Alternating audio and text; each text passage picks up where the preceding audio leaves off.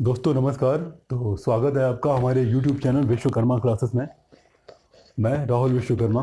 तो आज का हमारा टॉपिक है वर्ग समीकरण, क्वाड्रेटिक इक्वेशन, जिसके कि हमने जो प्रश्नावली 8A था, अभ्यास 8A के एग्जाम्पल्स और क्वेश्चंस हमने फिनिश कर दिए थे हमारी लास्ट वाली क्लास में। अब हम देखते हैं हमारी अगली जो प्रश्नावली है अभ्यास 8B। इसके पहले एग्जाम्पल देखते हैं, इसके बाद हम क्वेश्चन देखेंगे हम। तो ये इस प्रश्नावली में जो हमारे प्रश्न होंगे वो वार्तिक प्रश्न हैं। तो वार्तिक प्रश्न क्या होता है? जो इबारत वाले लैंग्वेज वाले, जैसे कि आपको कंडीशंस दी जाएंगी, कंडीशन से आप अपना समीकरण बनाएंगे, फिर उसे सॉल्व करेंगे। तो देखते हैं, हमारा उदाहरण एक है हमारा।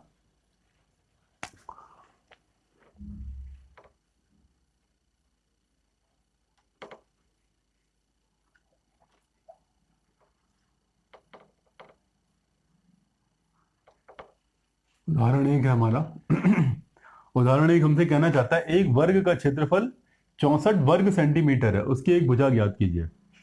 ठीक है, अच्छी बात है।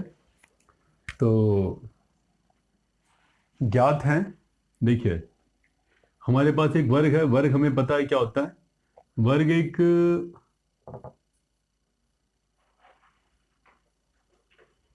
ऐसी ऐसी आकृति है जिसकी लंबाई चौड़ाई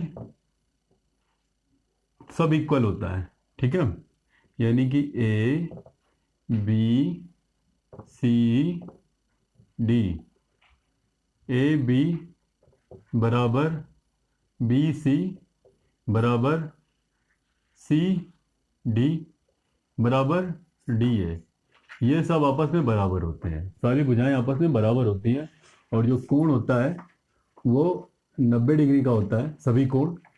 ठीक है ये हमारा वर्ग क्या होता है, इसको समझ लीजिए। सभी भुजाएं आपस में बराबर होती है। और जो विकर्ण होता है हमारा, विकर्ण डायगोनल होता है जो हमारा, ठीक है, वो भी आपस में बराबर होते हैं। यानी कि B D is equal to A C, यानी ये लाइन और ये लाइन आपस में बराबर होती है। ठीक है, इसे हम बोलते हैं वर्ग। अगर कोण की बात की जाए, एंगल ए बराबर एंगल बी बराबर एंगल सी बराबर angle D is equal to 90 degree. ठीक है, ये बात ध्यान दीजिएगा। इस कंडीशन या तो ये कंडीशन फॉलो होगी या तो ये कंडीशन फॉलो होगी। ध्यान दीजिएगा, इसके बारे में विस्तार से चर्चा करेंगे हम जब रेखागणित टॉपिक पढ़ाएंगे जब हम। ठीक है, तो अभी देखते हैं क्या कह रहा है। एक वर्ग का क्षेत्रफल 64 वर्ग सेंटीमीटर है। तो माना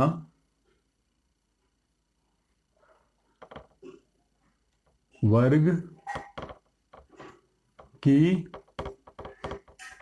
भुजा बराबर ए सेंटीमीटर। ठीक है, ज्ञात है,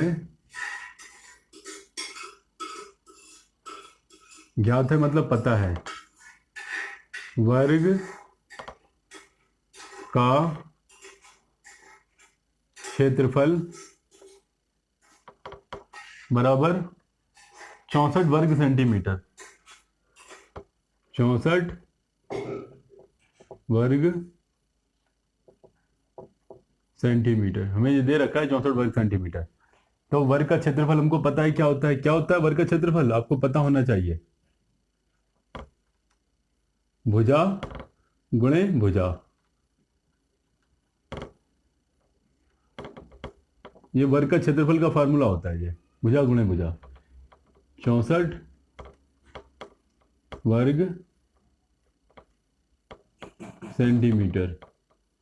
भुजा गुणे भुजा मतलब भुजा कितना माना, ए माना है, तो ये क्या हो जाएगा, ए इंटू ए। और ये 64 क्या हो जाएगा, 64 को अगर हम ब्रेक करेंगे, अगर हम 64 को, तो ये 8 × 8 यानी 88 64। क्यों? क्योंकि ये A² हो जाएगा यहाँ पर आकर के, यहाँ पर ये 8 का स्क्वायर होगा, स्क्वायर स्क्वायर यहाँ पर वर्गमूल लेंगे दोनों पक्षों का, तो A = क्या आ जाएगा, प्लस माइनस का 8 आ जाएगा और ये सेंटीमीटर आ जाएगा। ये क्या था हमारे पास, भुजा थी हमारे पास, ठीक है, उसकी भुजा ज्ञात करना है हमें। अब देखेंगे यहाँ पर हम, अब यहाँ पर हम A ओनली प्लस का 8 लेंगे, 8 सेंटीमीटर। क्यों लेंगे हम, ब्रैकेट में रीजन देंगे, -8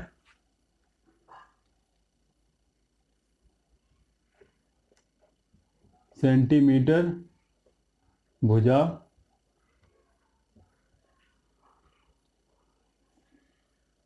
अमान्य है।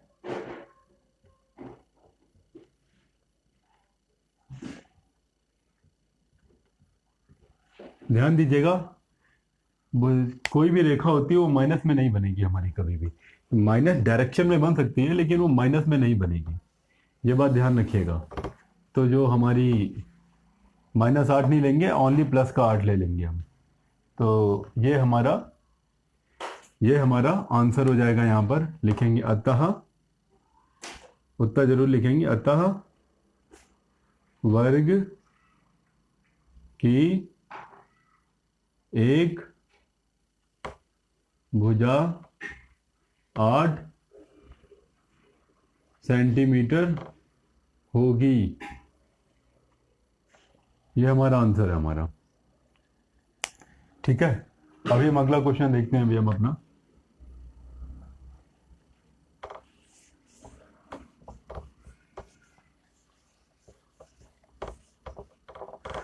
हमसे कह रहा है अगला क्वेश्चन हमसे, एक आयताकार बाग की लंबाई उसकी चौड़ाई की 3 गुनी है।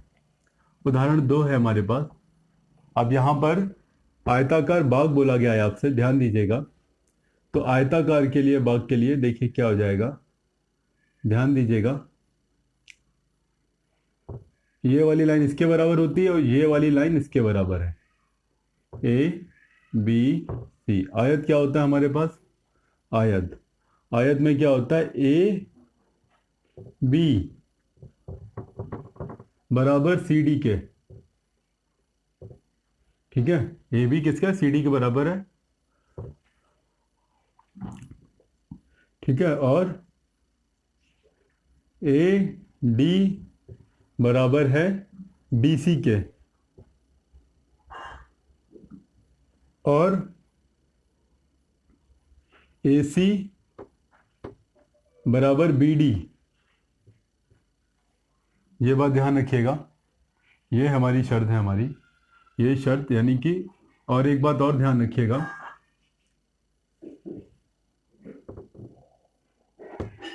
AB =not BC, ठीक है। ये बात ध्यान रखिएगा, यानी ये और ये लाइन बराबर नहीं होगी। तो ये शर्त हमारी AD की होती है, सॉरी आयत की होती है, पता होना चाहिए आपको। यहाँ पर हमसे क्या कह रहा है, आयताकार बाग की लंबाई उसकी चौड़ाई की 3 गुनी है। पहले लिखा हमने, माना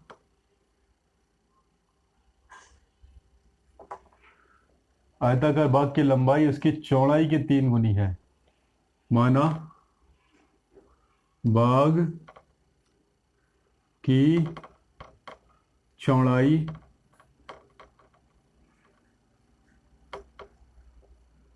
X सेंटीमीटर,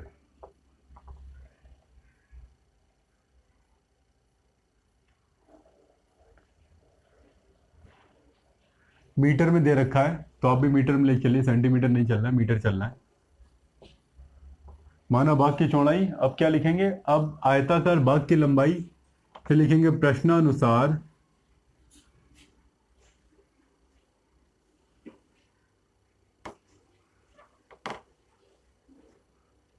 बाग की लंबाई, क्या कह रहा है क्वेश्चन हमसे, बाग की लंबाई उसकी चौड़ाई की 3 गुनी है, यानी कि जो लंबाई है उसकी चौड़ाई की 3 गुनी है। तो लंबाई है चौड़ाई का 3 गुना कर दीजिए, 3x हो जाएगा। ये आ गया मीटर। इस बात को ध्यान दीजिएगा, यदि बाग का क्षेत्रफल, अब क्या आ जाएगा हमारे पास, बाग का क्षेत्रफल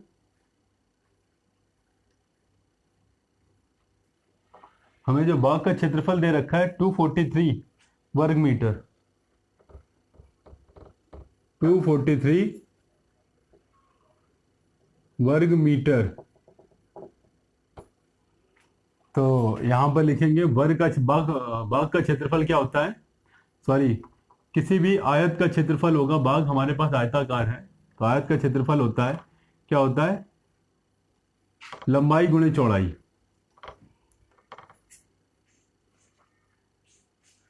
लंबाई गुणे चौड़ाई कितना दे रखा है, 243 वर्ग मीटर। लंबाई हमें दे रखा है 3x,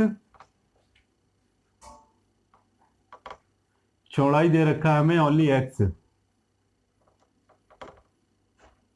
243 वर्ग मीटर मल्टीप्लाई करा देंगे, यहां पर हो जाएगा 3x स्क्वायर, 243, 3 से 243 को काट देंगे, एक्स स्क्वायर आ जाएगा, यहाँ पर 1 आ जाएगा, एक्स स्क्वायर जगह एक्स स्क्वायर लिखेंगे, 81 होता है, 9 का स्क्वायर होता है हमारे पास, यहाँ पर स्क्वायर स्क्वायर कैंसिल हो जाएगा, यहाँ पर हो जाएगा 9 प्लस और माइनस का, यहाँ पर लिखेंगे दोनों पक्षों का वर्गमूल लेने पर, यहाँ पर लैंग्वेज में लिखना पड़ेगा, दोनों पक्षों का वर्गमूल लेने पर, तब ये आएगा प्लस माइनस। ठीक है, पिछले वाले क्वेश्चन में भी ये लाइन लिखनी थी हमें, यहाँ पर प्लस माइनस का आ गया यहाँ पर। अब x बराबर ओनली हम लेंगे प्लस का 9, रीजन देंगे माइनस का 9 अमान्य है। क्यों अमान्य है, क्योंकि x क्या है हमारे पास, चौड़ाई, चौड़ाई कभी माइनस में नहीं होती है, माइनस दिशा में हो सकती है लेकिन माइनस में नहीं हो सकती है। ये बात हो गया। अब हमसे क्वेश्चन क्या कहना चाहता है, तो बाग की लंबाई कितनी है, तो लंबाई बराबर क्या आ जाएगा, लंबाई हमें दे रखा है हमको 3x, 3 की 3, x की क्या 9 रखेंगे हम, 27 मीटर, 27 मीटर आ गया। ठीक है, तो अब हम लिखेंगे अतः बाग की लंबाई 27 मीटर है। उत्तर में क्या लिखेंगे हम, अतः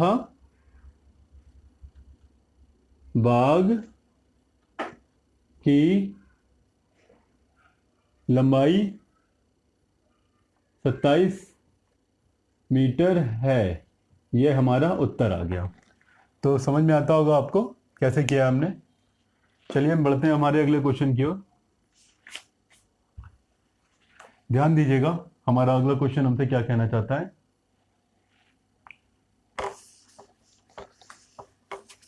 अब इसी के साथ हमारे जो एग्जाम्पल्स थे इस एक्सरसाइज के वो खत्म होते हैं। अब बारी है हमारी प्रश्नावली की। अभ्यास 8B,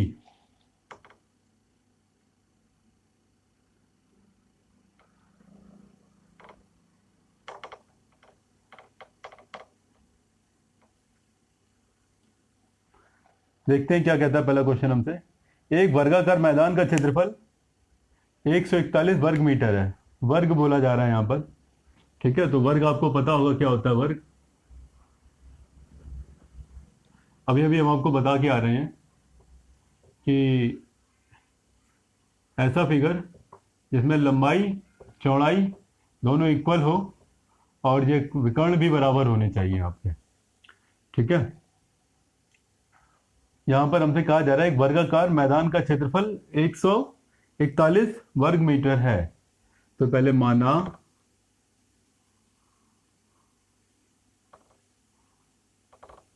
वर्गाकार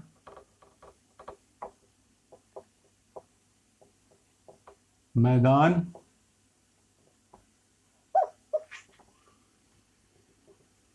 की भुजा बराबर x मीटर।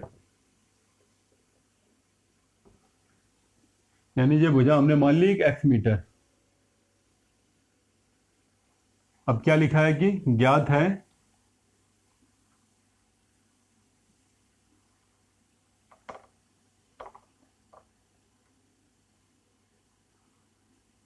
वर्गाकार मैदान का क्षेत्रफल बराबर 441 वर्ग मीटर।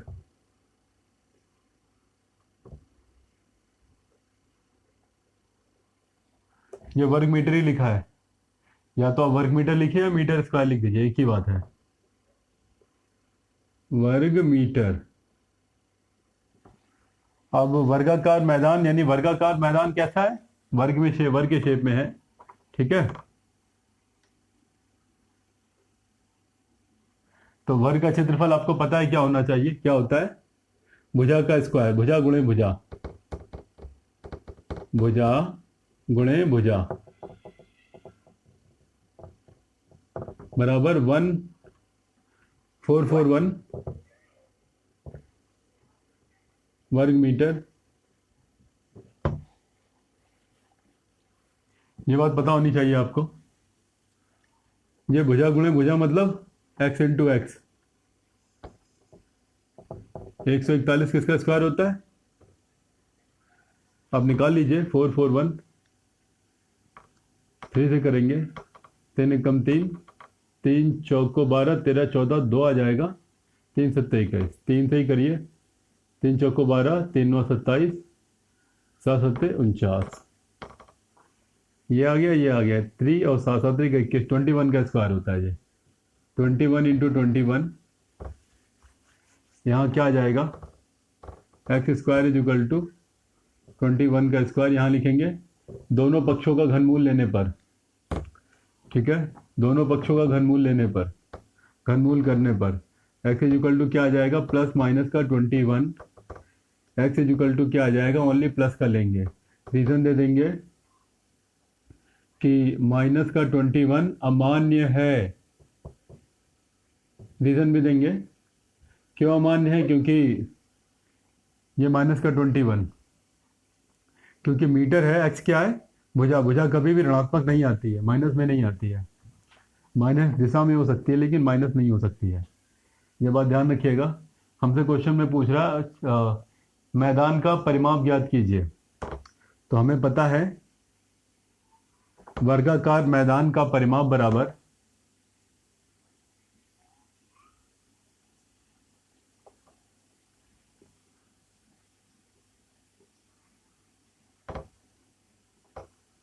मैदान का परिमाप, इसका फार्मूला आपको पता होना चाहिए, पिछली क्लासेस में आप पढ़ चुके होंगे। क्या होता है? 4 इंटू भुजा, 4 भुजा। भुजा कितनी आई है? x metre. x की वैल्यू कितनी है? 21। कितना हो जाएगा जी? 84 मीटर। उत्तर दे देंगे अब हम। अतः मैदान का परिमाप 84 मीटर है। यह हमारा उत्तर हो जाएगा। तो ये हमारा क्वेश्चन नंबर फर्स्ट है, यहीं पर आकर फिनिश होता है। अब बारी आती है हमारे क्वेश्चन नंबर सेकंड की। देखते हैं क्वेश्चन नंबर सेकंड हमसे क्या कहना चाहते हैं।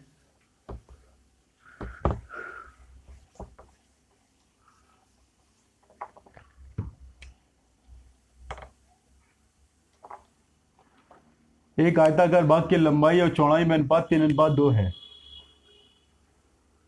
पहले लंबाई बोला गया फिर चौड़ाई बोला गया है। देखेंगे माना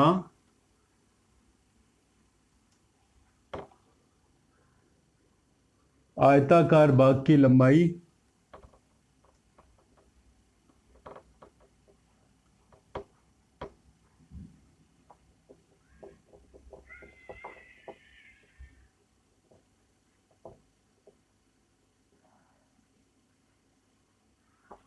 माना आयताकार बाग की लंबाई 3a। ये a क्यों माना? क्योंकि अनुपात में कभी कोई भी संख्या होती है तो इसी फॉर्मेट में लेते हैं हम। माना आयताकार बाग की चौड़ाई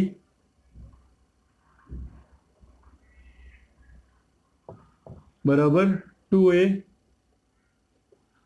एक काम करेंगे, यहां पर हमें क्षेत्रफल वर्ग मीटर दे रखा है तो इसलिए मीटर मीटर ले लेंगे। यहां पर हम मीटर मीटर वर्ग मीटर दे रखा, वहां से मीटर ले लेंगे। इस निशान का मतलब है कि ऊपर वाली चीज लिखी है, यहाँ पर की लिखा है, यहाँ पर बाग लिखा है, यहाँ आयताकार लिखा है, या माना लिखा है। माना आयताकार बाग की चौड़ाई। यहाँ लंबाई था, बस यहाँ चौड़ाई, बाकी ऊपर की लाइन सेम कॉपी करनी, इसलिए हमने ये मार्क लगाया। आप भी ऐसा यूज कर सकते हैं। ठीक है, तो यहाँ पर क्या दे रखा है? अनुपात 3:2 में है।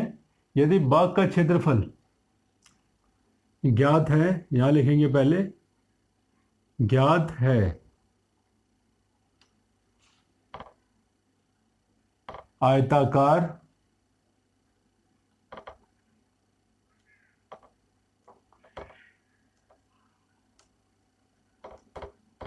बाग का क्षेत्रफल हमें कितना दे रखा है? हमको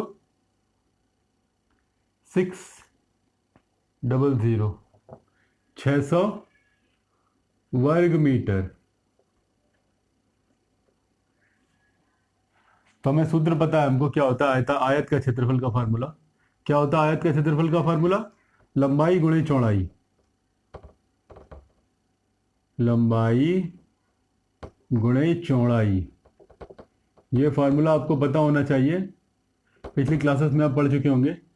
600 वर्ग मीटर।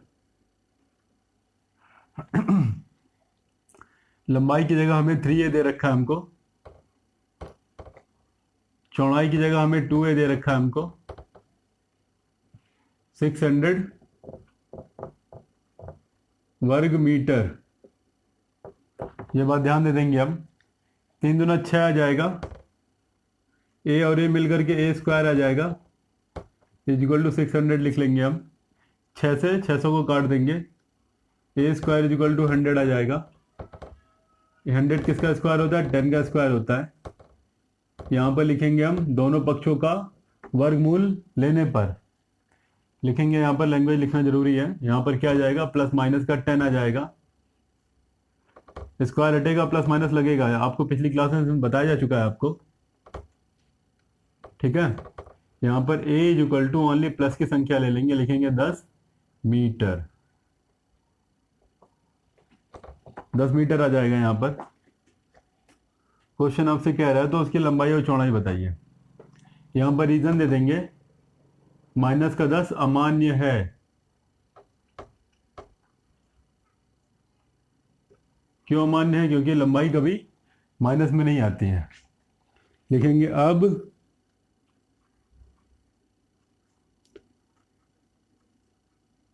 लंबाई कितनी दे रखी थी आपको? लंबाई दे रखी थी 3a, 3 दिया 3, और a की जगह कितना लिखेंगे? 10 बराबर 30 मीटर। चौड़ाई, चौड़ाई कितनी दे रखी है? 2a, 2 की जगह 2 लिखेंगे और a की जगह 10 लिखेंगे, इक्वल टू 20 मीटर। तो अब उत्तर में क्या लिखेंगे हम? अतः बाग की लंबाई, उत्तर लिख देंगे। अब हम क्या लिखेंगे? अतः बाग की लंबाई 30 मीटर एवं चौड़ाई 20 मीटर 20 मीटर है। थोड़ा कंजेस्टेड हो गया है, लेकिन आप समझ सकते हैं क्या लिखा हुआ है, तो आप समझ लेंगे, ये आपका आंसर हो जाएगा। इस लैंग्वेज को लिखेंगे, थोड़ा टेढ़ा हो गया, सही से लिख लेंगे आप इसे अच्छे से, ठीक है। लैंग्वेज थोड़ा देना जरूरी होता है, आप समझ सकते हैं यहाँ क्या लिखा हुआ है। बाघ की लंबाई बाघ की लंबाई 30 मीटर एवं चौड़ाई 20 मीटर है, ठीक है। तो चलते हैं हमारे अगले क्वेश्चन की ओर, जो हमारा क्वेश्चन नंबर 3 है।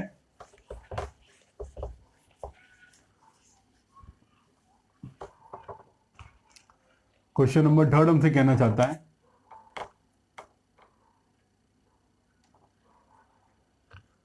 वर्ग के मैदान का क्षेत्रफल 225 वर्ग मीटर है, उसका परिमाप ज्ञात कीजिए। तो क्षेत्रफल हमें दे रखा है, इस टाइप का क्वेश्चन हम ऑलरेडी लगा चुके हैं पहले हम, ठीक है। वर्ग आपको पता होना चाहिए क्या होता है, जिसकी लंबाई चौड़ाई सब इक्वल हो आपस में, वर्ग कहलाता है वो। तो माना वर्ग की भुजा x मीटर, ठीक है। ज्ञात है वर्ग ना लिख करके वर्गाकार मैदान लिखिए, ज्यादा अच्छा रहेगा। माना वर्गाकार मैदान की भुजा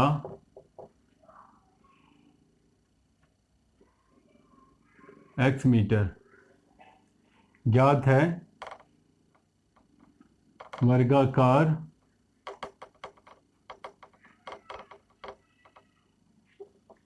मैदान का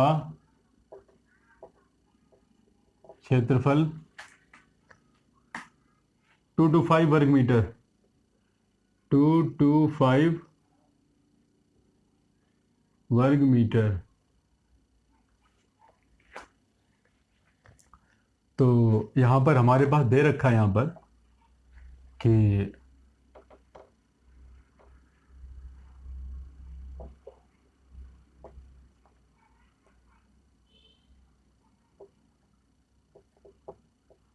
क्या होता है क्षेत्रफल का फार्मूला, अभी आपको बताया जा चुका है।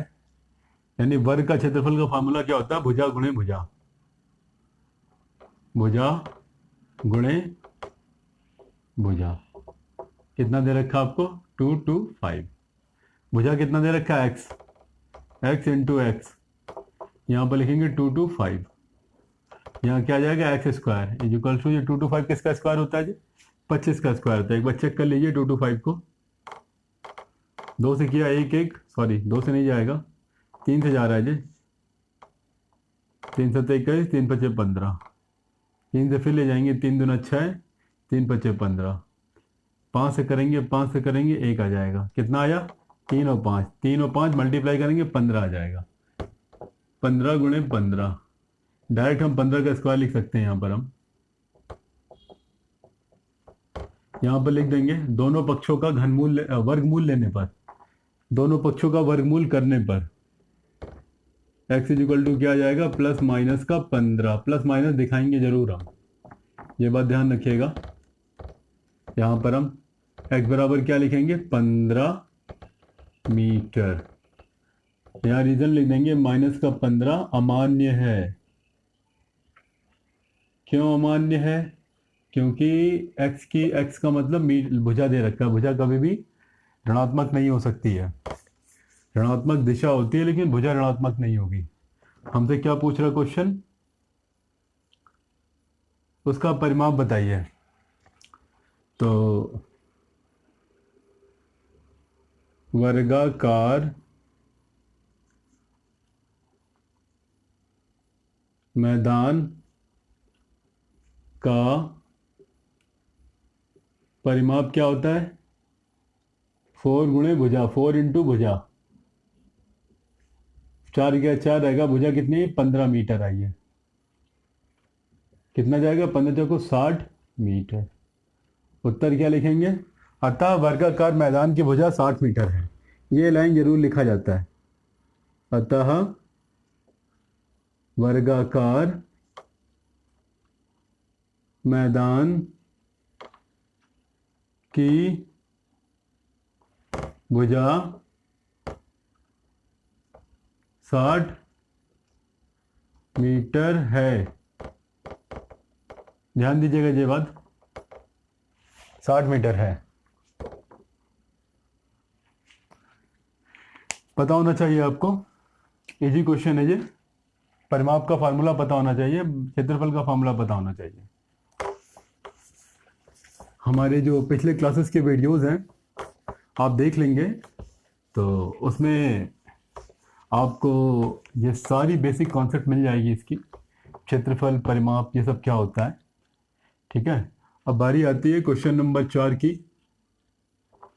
क्वेश्चन नंबर 4 हमसे क्या कहना चाहता है, कक्षा 8 के 144 शिक्षार्थियों को पंक्तियों में इस प्रकार खड़ा करना है कि प्रत्येक पंक्ति में उतने ही शिक्षार्थी हो जितनी की कुल पंक्तियां हैं। पंक्तियों की संख्या ज्ञात कीजिए।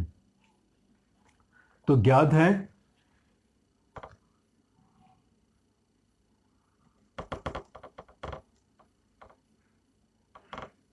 पहले लिखा है दिया है,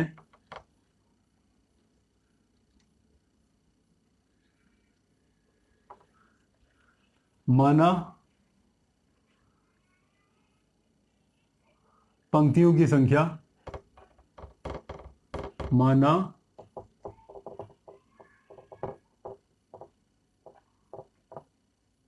पंक्तियों की संख्या इक्वल टू एक्स। अब ज्ञात है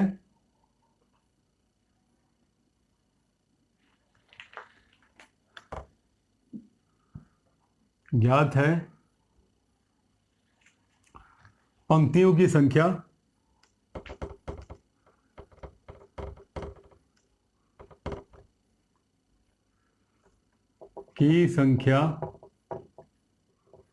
जितनी पंक्तियों की संख्या है उतनी ही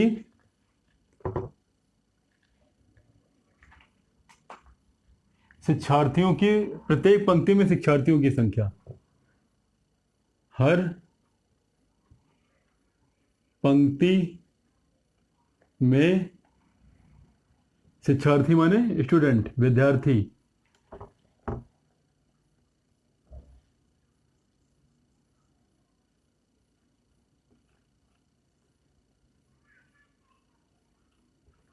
की संख्या।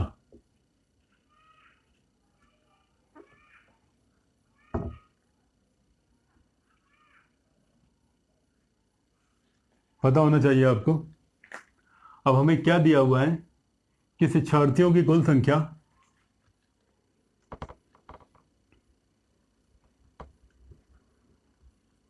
दिया है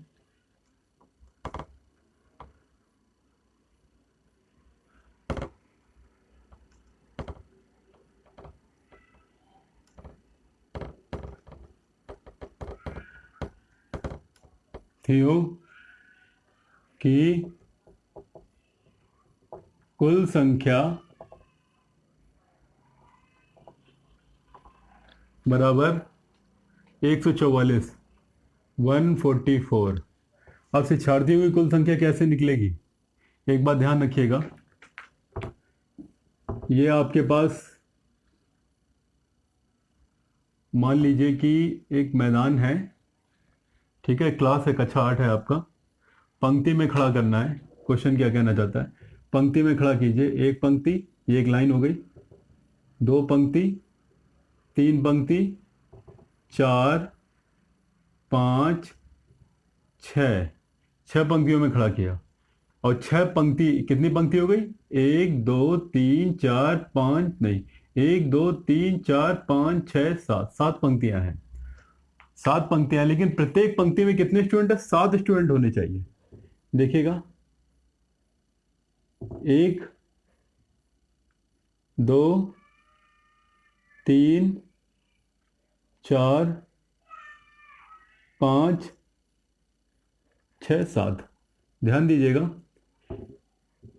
ये वाली जो लाइनें हैं ये क्या हो जाएंगी? पंक्तियां।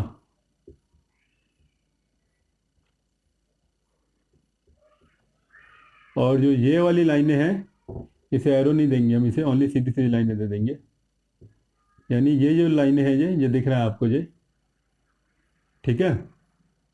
थोड़ा इस तरह दे देंगे। ये जो है ये जो लाइनें दिख रही हैं आपको, ये रास्ता गया हुआ है, रोड गई हुई, मान लीजिए कुछ भी समझ लीजिए। ये क्या है? आपके विद्यार्थी हैं ये सब। शिक्षार्थी, शिक्षार्थी लिखिए ज़्यादा अच्छा रहेगा।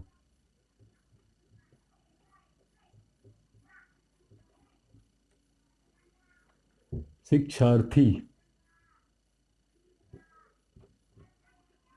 आपसे पूछा है कुल कितने शिक्षार्थी हैं? या तो आपके पास दो तरीके हैं, गिन लीजिए सबको। 1 2 3 4 5 6 7, ठीक है? 8 9 10 11 12 13 14 15 16 17 18 19 20 21 22 23 24 25 26 27 28 29 30 31 32 33 34 35 36 37 38 39 40 41 42 43 44 45 46 47 48 49। कितने आ गए टोटल? हमने काउंट किया है, कितना आया टोटल?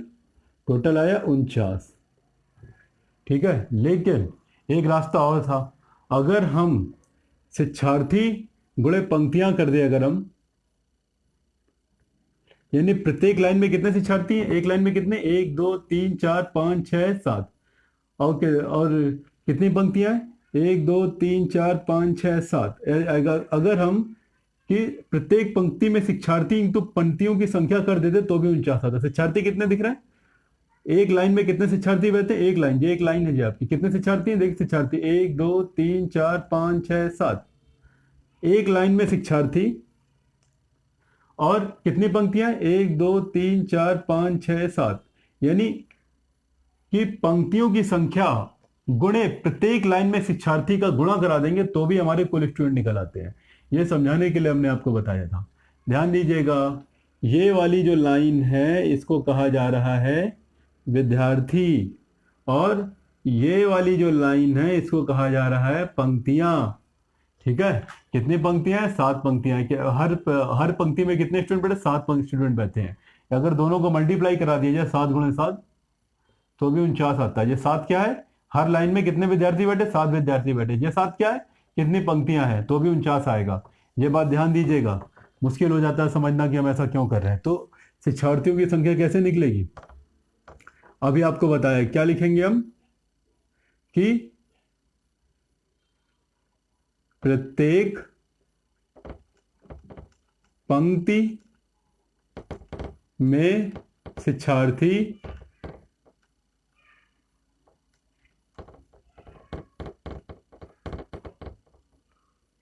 गुणे पंक्तियों की संख्या।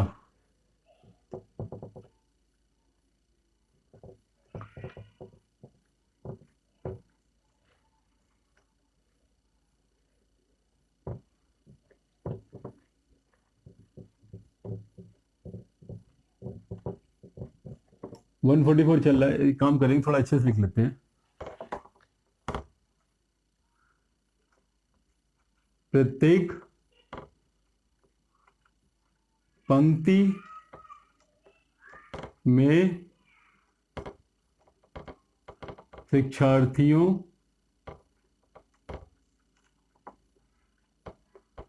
की संख्या गुणे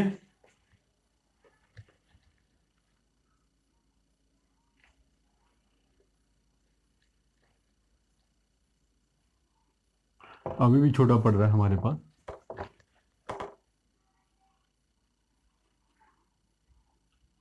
प्रत्येक पंक्ति में शिक्षार्थियों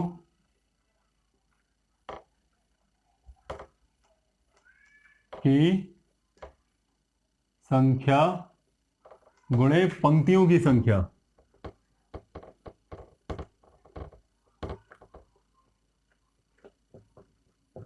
संख्या, इससे क्या जाएगा हमारा, यही हमारा शिक्षार्थियों की कुल संख्या आएगा, यानी इतने की जगह हम ये काम करेंगे तो ये आ जाएगा 144। हमने आपको देखा, या तो काउंट कर लीजिए या तो पंक्तियों शिक्षार्थियों को मल्टीप्लाई करा दीजिए। 7 × 7 किया तभी 49 आया था हमारे पास। आपको पता है, या तो गिन लीजिए या तो मल्टीप्लाई करा लीजिए। 7 पंक्ति 7 शिक्षार्थी, तो शिक्षार्थियों की संख्या कितनी है, पहले पंक्तियों की संख्या कितनी, x है, पंक्तियों की जगह आपने x लिख दिया। और शिक्षार्थियों की संख्या कितनी है, पंक्तियों की संख्या ही शिक्षार्थियों की संख्या है, यह भी अपने आप x हो गया। कितना दे रखा है, 144। ध्यान देंगे, हमें दे रखा है हमको x क्या हो जाएगा, x square, x into X, X square equal to 144। 144 किसका स्क्वायर होता है, 12 का स्क्वायर होता है, 12 का स्क्वायर। शिक्षार्थी इरेज कर दे रहे हैं अभी हम, आपको अच्छे से क्वेश्चन दिखना चाहिए, ठीक है। 12 का स्क्वायर हो गया, तो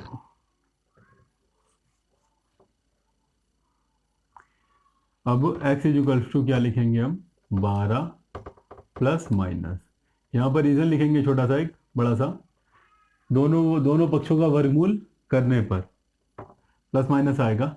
x equal to only plus का 12 ले लेंगे, लिखेंगे -12 अमान्य है। क्यों अमान्य है, x क्या है, शिक्षा पंक्तियों की संख्या, पंक्तियों की संख्या कभी माइनस नहीं हो सकती है। ध्यान देंगे, इतने की वैल्यू x है और इसकी वैल्यू x है, x into X, X square हो जाएगा। ध्यान दीजिएगा, ठीक है। अब हमसे क्या कह रहा है, हमसे पंक्तियों की संख्या ज्ञात कीजिए। लिखेंगे अतः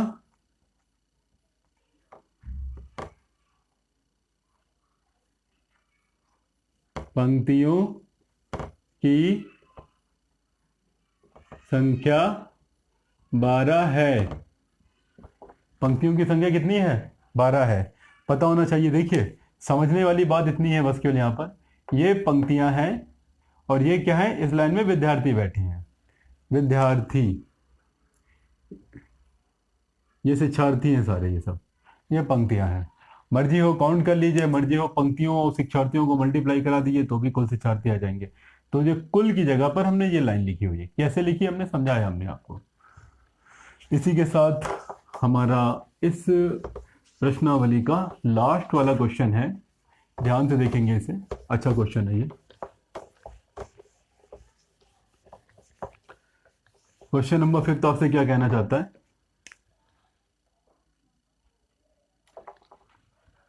किसी कक्षा के वर्ग का 3 गुना इतना है, संख्या ज्ञात कीजिए। किसी संख्या के वर्ग का 3 गुना 192 है, माना वह संख्या बराबर x है, ठीक है। प्रश्नानुसार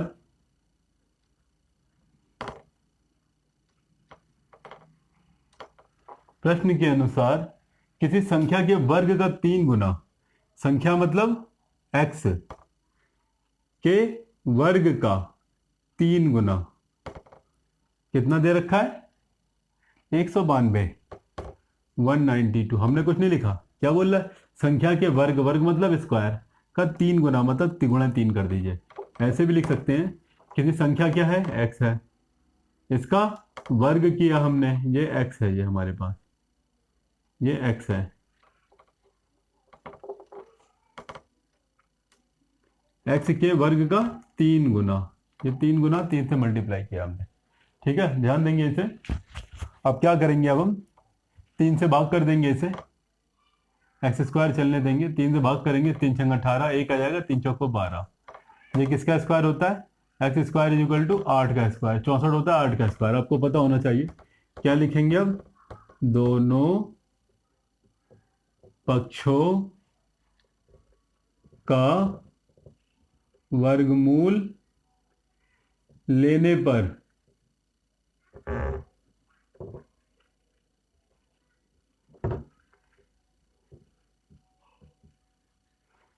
यहां क्या आ जाएगा, स्क्वायर हटेगा, प्लस माइनस लगेगा,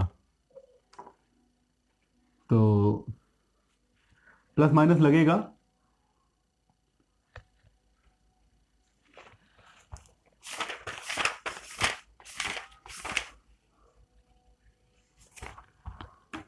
यहाँ पर अब प्लस 8 और माइनस 8 दोनों लेंगे। क्यों? क्योंकि संख्या प्लस और माइनस दोनों हो सकती है।